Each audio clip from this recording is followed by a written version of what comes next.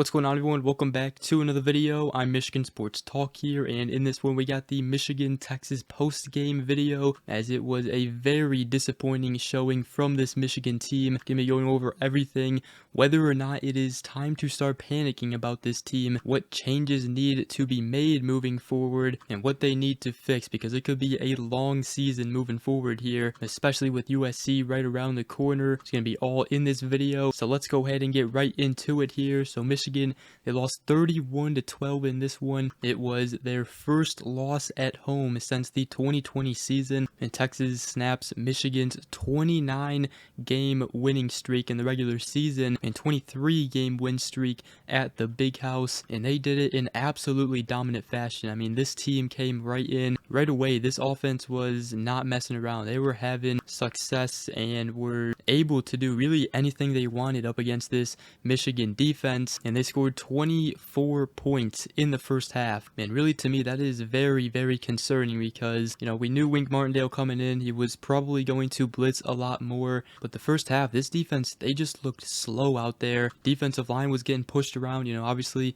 credit to Texas's offense, probably one of the best offenses Michigan will face all season, but man, Michigan, I mean, they were not winning in the trenches at all, and really Texas was beating him in all three phases of the game. I mean, maybe not, you know, field goal wise. Texas went 1 for 2 field goals. Michigan, they went 2 for 2. Dominic Zavada had just been absolutely incredible. But I mean, yeah, this Michigan team, they got a lot to figure out, because I expected a much closer game than this. The offense is just nowhere to be found, and they got some serious issues now. You know, it was okay against Fresno State the first game back. You know, they're just trying to find their rhythm, and they eventually did in the fourth quarter, and we hoped to see that offense against Texas, but it was just non-existent. You know, they again had success late in the fourth quarter, but, you know, they are just not getting it done, and really, it's just the whole offense. And Davis Warren, you know, he's definitely got to get a lot better.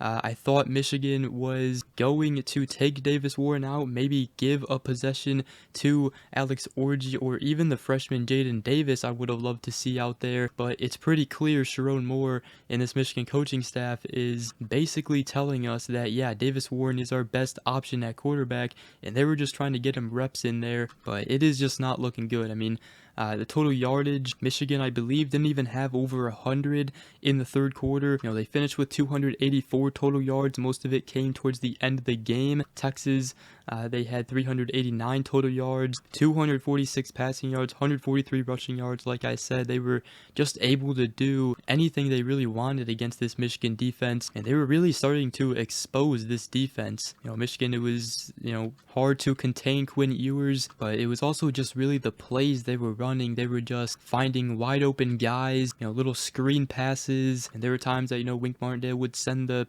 pressure, and Quinn Ewers would just make a short little pass, and there was nobody even around the receiver. Now, early in the game, third down efficiency was clearly a problem for Michigan. Texas, they went 10 for 16 on third down efficiency. Meanwhile, Michigan 3 for 12, and at one point in the first half, Texas was 7 for 8 on third downs, and Michigan's defense was just, you know, they were getting to third down, they just could not get off the field. Michigan also lost the turnover battle. You know, Texas, they played a clean game, but Michigan did not. You know, Davis Warren threw 2 interceptions. Colston Loveland just made a mental error, and you know, he was clearly focused on you know, getting yards after the catch, trying to, you know, get the first down on third down, but he just absolutely just dropped the ball. Nobody even hit him. He just caught it, you know, took 2 steps and dropped the ball, and it was a fumble. So it was mistakes like that, and really after that happened, Texas just ran away with this one, went up 24-3. So it was definitely really rough for Michigan, and they got to figure it out, and they got to figure it out fast, because they have USC coming in week 4, and they looked pretty good against LSU. Now, granted, you know, this might be the best team Michigan faces all season out of Texas, and it doesn't help that they had to play them early on in the season, you know, replacing all the starters they lost, the coaching staff, but I really do think, you know, that USC game come week 4 is really going to determine how and where this season goes. If Michigan loses that game, we can basically say goodbye to the playoffs, and you could see potentially an 8-4 season. You know, if they win that game, that obviously keeps their playoff hopes alive, but then they gotta win at least one of the two between Oregon and Ohio State towards the end of the season. So that game against USC is going to be big for Michigan and really is going to determine the trajectory of where this season goes. Now again, a lot of credit goes to Texas. That is a very good football team. They kind of reminded me like last year's Michigan team. They had a lot of players coming back. They had their quarterback out of Quinn Ewers coming back, an experienced offensive line. Clearly the defense is dominant. I mean, Michigan's offense just hasn't been playing good in general, but that is a very good overall team, and no doubt, they will be competing for a national championship this season. But I, really expect a lot more from this team. It's just, as far as the offense, it's just not coming together. The whole offense is just not in sync. There are so many mistakes being made. The offensive line, as far as the run game, it wasn't there today. They didn't really get to run it too much in the second half because they were already down so much. But even in the first half, I mean, Michigan only finished with 80 rushing yards in this one. In the rest, in the second half, they really had to go to their passing game. And the Michigan receivers, they just aren't getting open at all. They're also dropping passes. Colston Loveland, he had 8 receptions for 70 yards. Samaj Morgan, 5 receptions for 45 yards. Peyton O'Leary had a reception, 22 yards. CJ Charleston had a reception for 22 yards. But other than that, really no production from the receivers again. As far as the running backs, Donovan Edwards, non-existent again. He is probably one of the biggest disappointments so far this season for Michigan. And, it sucks because I love Donovan Edwards. He usually shows up in big games, but he just has to be more consistent, and he's not showing that at all this season. I did like what Benjamin Hall brought to the offense when he got his time. We didn't get to see the freshman Jordan Marshall in this one.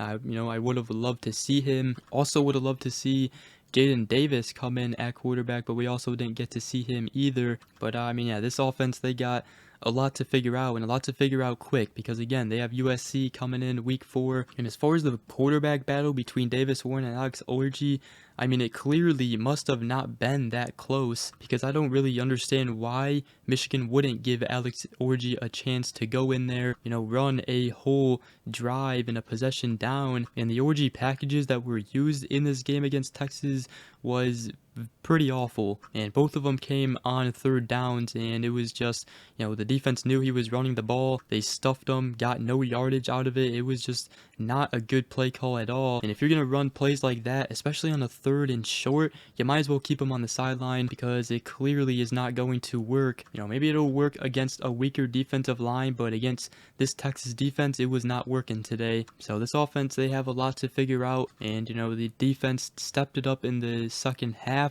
I was just very disappointed in their play in the first half. Now, it also doesn't help when the offense is turning the ball over, and Texas did have, good field position on a couple of those drives. The defense was gassed at times, but man, Texas offense was doing just anything they wanted in the first half there. So Wink Martindale, he definitely has to figure it out, and there were a couple times where he would, throw in a blitz there, and Texas just exploited this defense, and really as a whole, Texas really exposed this Michigan team. So they got a lot to figure out. Going into the second half, we were probably going to lose this game. It was 24-3. I was really just trying to see some improvement from this team and just try to take away anything good from this game. Tackling from the defense also wasn't that great. As far as, the angles the defenders were taking, it just wasn't that good. The tight end Gunnar Helm had just an outstanding game, 7 receptions, 98 yards, a touchdown in Michigan.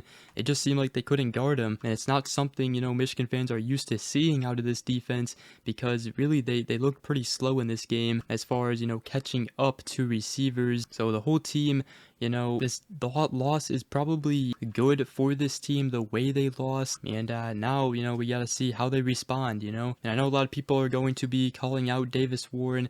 I understand it, because it's frustrating for me too, going from JJ McCarthy to a quarterback like this, but the coaching staff obviously didn't put in another quarterback for a reason, because otherwise they would have. So You know, it's just something we're going to have to deal with this season. You know, they're going to have to get better, and Davis Warren as the quarterback is going to have to get better this season. And if not, this could be a long season for Michigan, and it, you know, probably could be a rebuilding season. So this game definitely told us a lot about this team.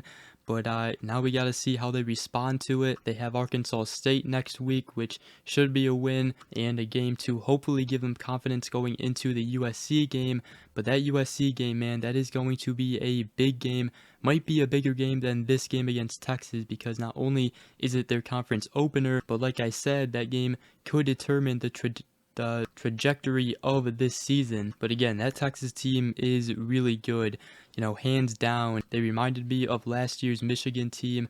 But let me know your guys' thoughts on this one. Those are my instant or immediate takeaways from this loss to the third-ranked team out of Texas. Got a lot to improve on. I'll be interested to see what Sharon Moore and other coaches and players say about it, and I'll be interested to see how this team responds going forward. But with that, that's going to wrap up today's video. Hope you guys did enjoy. If you did, make sure you guys go ahead, drop a like, comment down below, and subscribe for more if you're new around here. I greatly appreciate it. You guys probably didn't enjoy the post-game video being, you know, a loss, which we haven't had to do this one in a while, so very thankful about that. But just drop a like to help the channel out. Other than that, though, we will see you guys in the next video. Hope you guys all have a great rest of your day, and of course, go blue.